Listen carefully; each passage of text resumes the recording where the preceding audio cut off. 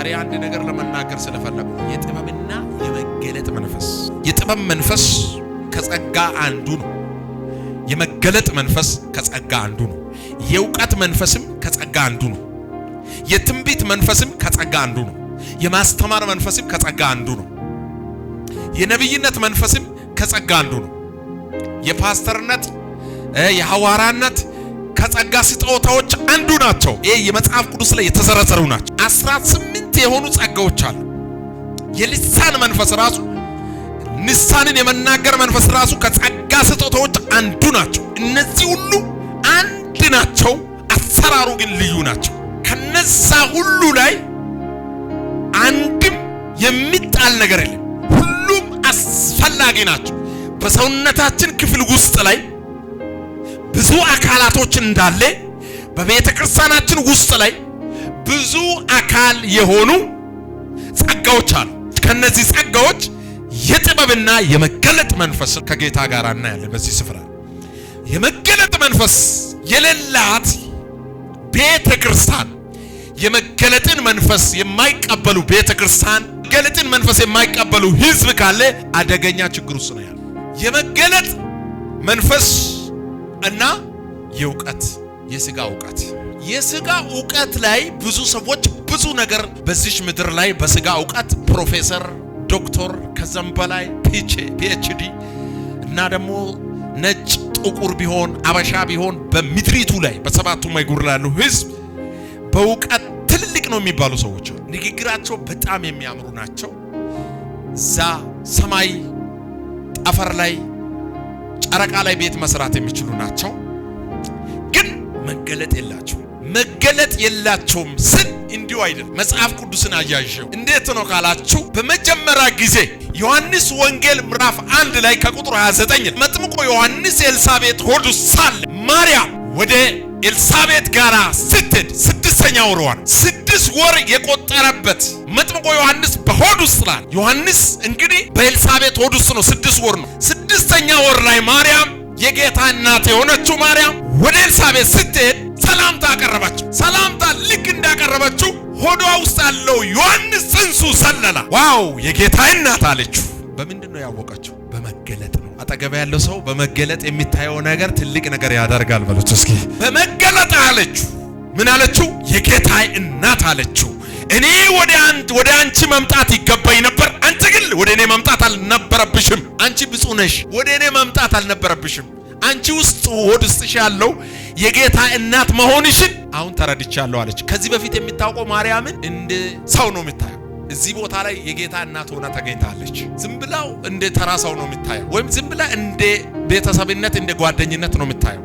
እዚህ ጋር ስትመጣ ግን የጌታ እናት አለችው። በምን ተረታ ነው እሷ የጌታ እናት መሆኑን እኮ ይሄን አክል የምትረዳበት አንግል ሳይሆን በመገለጥ ስላየች ነው። ሆዷ ውስጥ ያለው ጽንሱ ዘሎ ምልክት አሳየ። የ6 ወር ጽንስ ዘሎ ምልክት ሲሰጥ የጌታ እናት። ከዛ በመቀጠል 2ኛ ዙር ላይ ወረድልና ዮሐንስ ካደገ በኋላ ዮሐንስና ኢየሱስ አይተዋወቁ። ዮሐንስና ኢየሱስ የሚተዋወቁበት በምንም ታምር የለም። ዮሐንስ ሲያድግ የበረሃ አንበጣ እየበላ የበረሃ ማርና አንበጣ እየበላ አደገ። አድገው ደግሞ እግዚአብሔር እንደተናገረው ከዚህ በፊት እንግዲህ ዮሐንስ የተወለደበት ጊዜ እግዚአብሔር እንግዲህ የተናገረው ቃል መሰረት ነው። አንዱ ካህን ደግሞ እና የጌታ አሁን ባሪያህን በሰላም ታሰናብተዋለህ፣ እነሆ ዓይኖቼ አይተዋልና ባሪያህን በሰላም ታሰናብተዋለህ ያለው ሲምዖን የሚባል ካህን ነው፣ ኢየሱስን ማለት ነው። እንግዲህ ዮሐንስ ተወልዶ አድጎ የበረሃ አንበጣ እየበላና ከዛ ማሩን በልቶ ያደገበት ዮሐንስ አሁን እግዚአብሔር የተናገረውን ቃል መሰረት ይዞ ወደ ዮርዳኖስ ወንዝ ላይ እያጠመቀ ህዝቡን የንስሐ ጥምቀት እየሰጠ ከኢየሱስ ጋር ምንም አይገናኝ፣ አይተዋወቁ። ኢየሱስ አድጎ ትልቅ እንደሆነም አላወቀበትም። ዮሐንስ ግን በ6 ወር እድሜ ነው የሚበልጠው። ከዛ እያጠመቀ ሳለ ብዙ ሰዎች እየተጠመቁ ነው። ከኃጢአቶቻችሁ ተመለሱ እያለ ብዙዎችን የንስሐ ጥምቀት እየሰጠ ከኔ ኋላ የሚመጣው የሱን የጫማውን ማሰሬ መፍታት የማልችል እንደሆነ እያለ ራሱን እያወራ ከኔ ኋላ የሚመጣው ግን በመንፈስ ቅዱስና በእሳት ያጠምቃቸዋል እያለ የሚጮህ የምድረ በዳ ድምጽ ነው። ዮሐንስ እያጠመቀቻቸው ሳለ ኢየሱስ ወደ ፊት ለፊት መጣ። ኢየሱስን በፍጹም አንዳች ቀን ተነጋግሮ አያውቅም ዮሐንስ። አሁን ፊት ለፊት ላይ ሌሎቹ እየተጠመቁ ኢየሱስን አገኘ። ፊት ለፊት ሲመጣ እኔ መጠመቅ አንችልም አለ። ተገለጠለት ማለት ግዴለም ፈቅጃለሁ አለ። ይገባሃል ዛሬ አጥምቀኝ አለ። ከዛ ልክ ኢየሱስ እንደተጠመቀ እዛው በእርግብ አምሳያ መንፈስ መጣ ይላል። በትከሻው ላይ ተቀመጠ። እነሆ ዓለምን ኃጢአት የሚያስወግድ የእግዚአብሔር በግ ዮሐንስ ነው እንደዛ ያለው። እነሆ የዓለምን ኃጢአት የሚያስወግድ የእግዚአብሔር በግ ብሎ ወደው ዮሐንስ ተናገረ። ዮሐንስም ይህንን ከተናገረ በኋላ ከመሰከረ በኋላ ከተናገረ በኋላ ዮሐንስ መሰከረ። ከመሰከረ በኋላ ከዛ በኋላ ሁለት ደቀ መዛሙርቶች ዮሐንስ የሚናገረውን በስጋ ዕውቀት በመገለጥ አይደለም ያዩት። ሁለት ናቸው። በመገለጥ ሳይሆን ያዩት በምንድነው? በስጋ ዕውቀት አዩት። ዮሐንስ የሚናገረውን ያዛረጉ እዛ ጋር ዮሐንስ ሲመሰክር የዓለምን ኃጢአት የሚያስወግድ የእግዚአብሔር በግ ነው ብሎ ባወሩ ሰዓት ላይ እነዛ ላጣረጉትና አሃ ይሄ የእግዚአብሔር ልጅ ነው ማለት ነው ብለዋል ዮሐንስ ብሎ ያዛረጉና ከዛ በኋላ ማቴዎስ ወንጌል ላይ እንግዲህ ምዕራፍ 16 ላይ ዮሐንስ እንግዲህ ያ ጊዜ ላይ በምዕራፍ 1 ከቁጥር 29 ላይ ከተናገረ በኋላ 16 ላይ ጌታ ኢየሱስ አሁን ሕዝቡን ለማወቅ ፈለገ። ወደ ቄሳር ሀገር ሊሰብክ ወረደ ይላል። ማን? ኢየሱስ የወረደው ወደ ቄሳር ሀገር።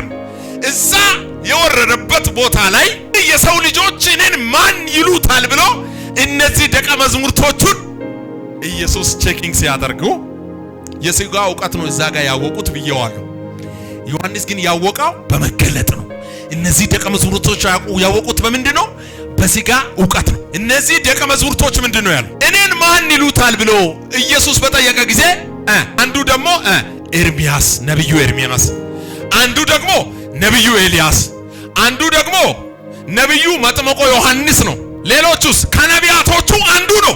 አሁን ኢየሱስን የእግዚአብሔር ልጅ ነው ብሎ ከዚህ በፊት ከቁጥር 37 ላይ ምዕራፍ 1 ዮሐንስ ወንጌል 37 ላይ ያሉት በእውቀት ምን ብለዋል? በእውቀት በተማሩ ዕውቀት ምንድነው ያለው?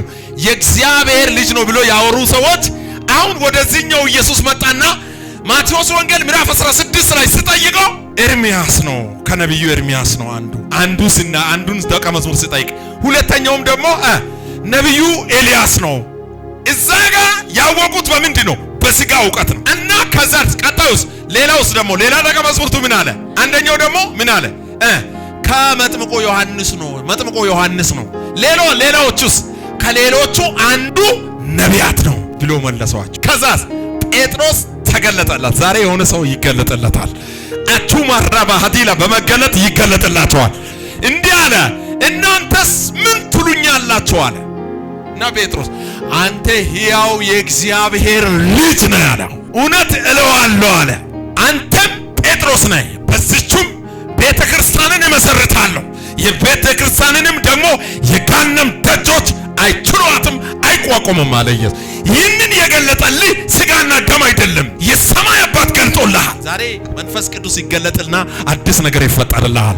ሥጋና ደም አይደለም፣ በሥጋና በደም ያወቅከው ዕውቀት ሳይሆን ዛሬ የገለጠልህ መገለጥ ነው። እሱም የገለጠልህ የሰማይ አባት ነው።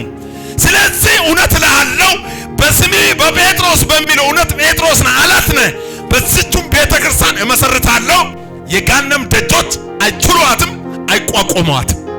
ነገር ልንገራችሁ፣ በሕይወቴ ዘመን እግዚአብሔር ከኔ መገለጥን አይውሰድ፣ ከእናንተ አይውሰድ። አንዳች ነገር ልብ በሉ፣ አትታለሉ። ለምን ብራዘር አይሆን? እውነት ነው የምናገረው።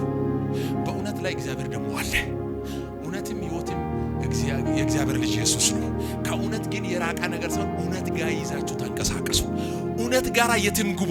እውነት ይዟችሁ ወደ ከፍታ ያስገባቸዋል። ከእውነት ጋር ተያያዙ። ዛሬ መገለጥ እግዚአብሔር ያበራላቸዋል። ቃልን በተግባር ነው ጊዜ ኢየሱስ የመጣውታል። ቃልን በተግባር እስኪ ቃልን በተግባር ማለት በማባባል አይደለም ማለት እስኪ ቃል በተግባር እስኪ ቃል በተግባር በለው። መገለጥ ማለት ቃሉ በተግባር ነው። ኢየሱስ ይናገራል፣ ይፈጸማል፣ ይሰብካል፣ ይፈጸማል። አጋንንት ይጮሃል። ኢየሱስ ከሰበከ በኋላ በሽተኛው ይፈወሳል፣ ሽባው ይተራተራል፣ አንካሳው ይዘላል፣ ለምጻሞችም ያንጻል፣ ዕውርም ያበራል።